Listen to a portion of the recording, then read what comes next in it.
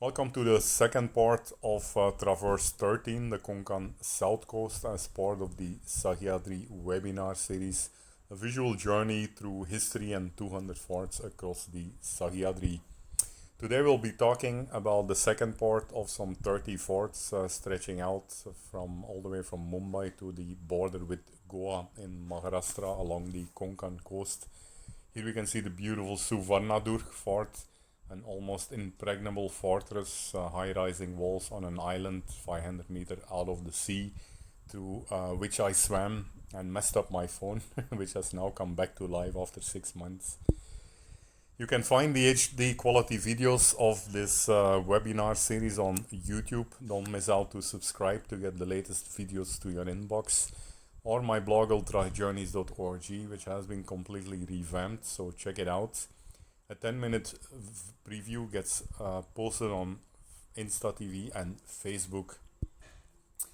Let's start with the first one, Chambargat. There are many forts in the mountain range near Raigat, which mainly includes Lingana, Kaldurg, Songat, and Chambargat. These forts were basically built for keeping an eye on the nearby area. Chambargat is very near to Magat. So this was one of the land forts actually, which I crossed on my way south along the coast. At this time I didn't figure out yet that I could cross these huge rivers flowing into the Arabian Sea using ferries. So I was still looking for bridges and came almost like 50 kilometers inland through Manhat to cross the first bridge across this river here. Okay, so here we can see the coast further south. We have four forts next to each other, comprising of Suvarnadurg, built on an island of the coastline, and then Fort Goa, Kanakadurg, and Fatehgat, built on the coastline itself. A little bit inland we have Pranaldurg, and then followed by Gopalgad on the mouth of one of the rivers. Proceeding further south along the coast, we come across Vijaygat and Jaygat, and then again further south, Bhagvati, all built again on these river mouths. And the final section, then we come across Purangat, Ambolgat, and Yashwantgad. At that moment, I still had another 8 forts to cover till the border with Goa, but unfortunately, my phone started malfunctioning and I was not able to boot it up again. So I was basically out of my maps and could not proceed my journey. So returned to the OnePlus service center in Pune to fix my phone and then proceeds towards the Satra range. Okay, let's start. There are many forts in the mountain range near Raigat, which mainly includes Lingana, Kaldur, Songat, and Chambargat. These forts were basically built for keeping an eye on the nearby area. Chambargat is very near to Mahat. We can see some old structures along with some water tanks. From the structures of the tanks, it can be predicted that this fort is quite old. Initially, you have a proper staircase at the base of the hills leading to a temple midway. After that, actually, you go along a not so clear trail. You can see a couple of arrows near the top peak. There are like 2 trails going up. And here we can see one of the water tanks near the top of the fort. Beautiful sunset views here as I reached Mahat pretty late. Here the top, fairly small hill. Not much space on top, but again beautiful views there on the sunrise above the sea, which cannot be seen, I guess. We are some 50 to 100 kilometers inland. Here we can see the Mahant section and the brown post-monsoon grass hill on the way up. Next, we go back to the coastline, a long drive during the night to explore 3 forts. To protect Suvarnadurg, 3 forts named Goa Fort, not to be confused with the state of Goa, Kanakadurg and Fatehgat were built. The literal meaning of Suvarnadurg is Golden Fort, as it was considered as the pride of the feather in the golden cap of the Marathas. Built by Adil Shah Navy for defense purposes, the fort also had a shipbuilding facility. The basic objective of establishing the fort was to conquer enemy attacks, mainly by the colonialists of Europe. Here we have the Harbour. I was sleeping in a small temple pretty late night at the last village near the coastline. and early morning got up looking for low tides to hopefully reach the fort just off the coast. Beautiful sunrise colors here of the port, which is located in a small lagoon. Here we see Fatehgat, kind of a barren hill on which now a lighthouse and some mobile towers are built. Not much seems to be remaining here. The local fishermen are drying their fruits of the sea on these platforms. Here we look the opposite side towards Fort Goa and Fatehgat, but again, you just see a barren hill here with some basic foundations, otherwise, not much to be seen of Fatehgat and the other fort. As we come then to Fort Goa, there we still have proper fortification walls around the fort. Here we see the entrance, a poster of an NGO, I think, who is restoring this fort. Top of the fort is in pretty shaky condition, but still the foundation of these defensive walls surrounding a pretty large area is clearly intact.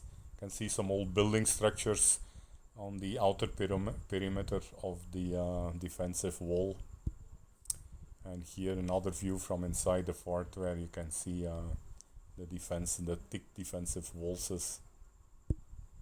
Voila, and then from the coastline, somewhere around 1 kilometer in the sea, we can see Suvarnadurg. Looks pretty similar to Janjira, which we saw in the previous traverse. So from here I was thinking how to reach there. Initially inquired on ferries. Ferries would not leave for another 2 hours. Given the proximity, I got tempted to just swim across, so packed up all my luggage, gave it in one of the houses of the local fishermen, and just took my phone and a plastic with me and swam across. A little bit tricky as the waves are crashing onto the rocks here, so I had to be a little bit careful while taking off from the coastline. Here we then finally reached the other side, getting beautiful views on the sun rising above the coast there, 1 kilometer from the fort. Let's go for a swim together. Good morning, everybody. We are just swimming from the Konkan coast up there, above which the sun is rising. I started from Fort Goa, some 500 meters behind me, and swimming to Fort Kanagadur here. Nice morning, refreshing swim. Please join me.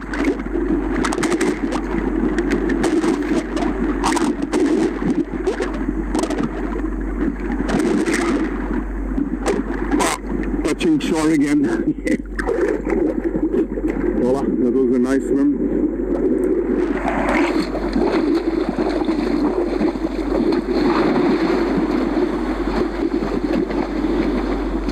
Beautiful way to start the morning. You can see several fishermen's boats there out in the sea. And let's now explore Kanagadurga. So small tipo there, it's not Kanagadurga, which is the one on the coastline. This is Suvarnadurg. You can see the high rising walls of the fort on top of the island here. During the low tide again, a good portion of the island lies outside the fort. Let's go inside the fort now. Hello everyone, we reached the shores of Fort Kanagadurga after a refreshing morning swim, about 500 meters there from the opposite side, Fort Goa. We have another third fort on that side, I forgot the name. So nice peaceful place here. Let's walk into the fort. Please join me. You can see fishermen's boats out in sea. Probably one ferry who came here with a group of tourists in the morning. Here is the fort entrance. Voila.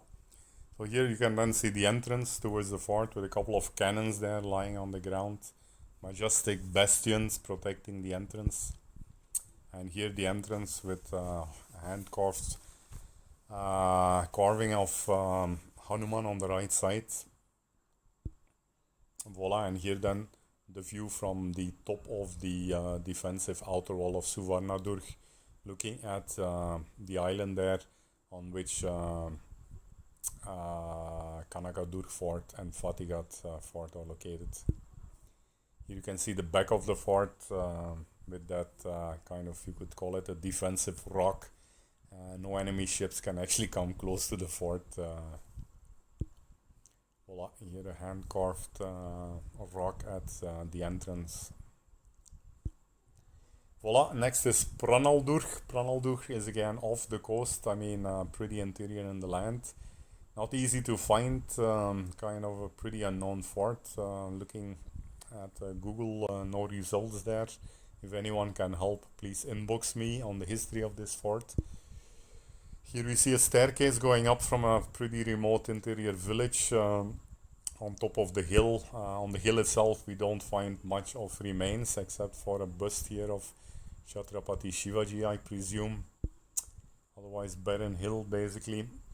Next on the list is Gopalgad Fort, Anjanvel Fort, located on a prominent and commanding point for guarding the trade route along the Vashishti River, same river I guess which flow from Mangat, for guarding the trade route along the Vashishti River, yeah, which runs till Gavilgat near Chiplun, and the double port, which was a busy route in medieval times. It is a fort located on a hill near the sea. Here I finally understood that we don't have to go inland to cross bridges, but we can take ferries to cross the big rivers that flow into the Arabian Sea at a regular distance here. Just have to wait a little. Here we see top views of Gopalgad, standing pretty in good condition, like heavy greenery and forest on the outer walls. Here's some of the views from the defensive windows looking out on the coastline, and beautiful views here on the river, surrounded by dense vegetation. Konkan coast is really stunningly beautiful. Then as we were driving further, covering almost 10 forts in a day, long drives to always reach the next fort during the night. Here you can see the sun setting above the beautiful Arabian Sea.